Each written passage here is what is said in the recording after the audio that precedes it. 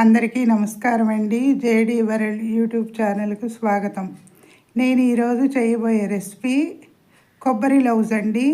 ఇవి ఉండలుగా చేసుకోవచ్చు, లేదంటే ముద్దగా కూడా చేసుకోవచ్చు.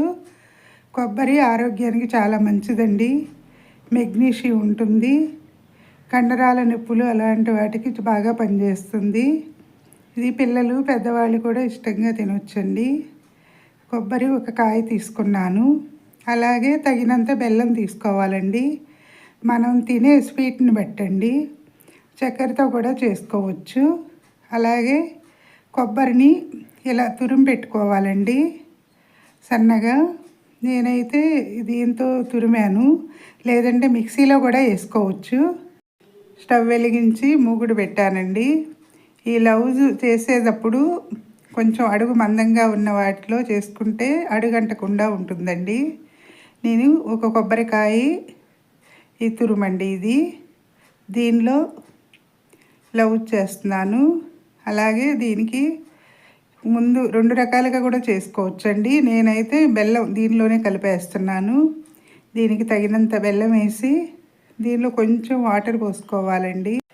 ఈ కొబ్బరి ఉన్న తడికి కూడా కరిగిపోతుంది, అయినా కూడా వాటర్ పోస్తే చక్కగా పాకం బాగుంటుందండి. ఈ కొబ్బరి లౌజ్ కూడా చేతికి అంటకుండా ఉంటుంది. కొంచెం వాటరు వేసి మొత్తాన్ని కూడా ఇలా కలుపుకోవాలండి. ఇది పిల్లలకి చాలా ఇష్టంగా తింటారండి. ఇలా చేసి పెడితే ఇలా మొత్తాన్ని ఒకసారి కలుపుకోవాలి. ఇది చాలా రకాలుగా చేస్తారండి. ఈ కొబ్బరి లౌజ్ని ముందుగా వాటర్ పోసి ఉడికించి కూడా చేస్తారు. నేనైతే మొత్తం కలిపి ఇలా చేస్తున్నాను. దీన్ని కలుపుతూ ఉండాలండి మధ్య మధ్యలో, లేదంటే కనుక అడుగంటుతుంది, కొబ్బరి త్వరగా మాడిపోతుంది. దీన్ని ఇలా కలిపిన తర్వాత మనకి దగ్గరగా ఈ మూకిడికి అంటకుండా వచ్చేటప్పటికి కొంచెం 2 ఇలాచి వేసుకున్నాను.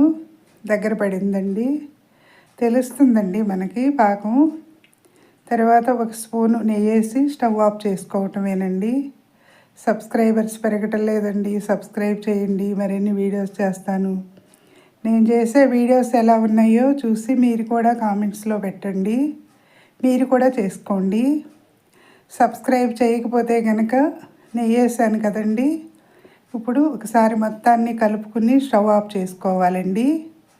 స్టవ్ ఆఫ్ చేసి ఒక గిన్నెకి నెయ్యి రాసి దానిలో వేసుకోవాలండి.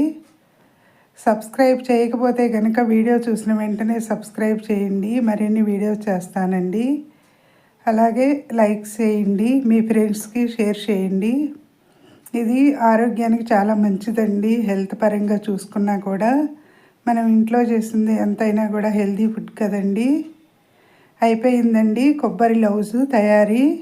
నచ్చితే లైక్ చేయండి, షేర్ చేయండి, సబ్స్క్రైబ్ చేయండి. మీ లక్ష్మీ కుమారి.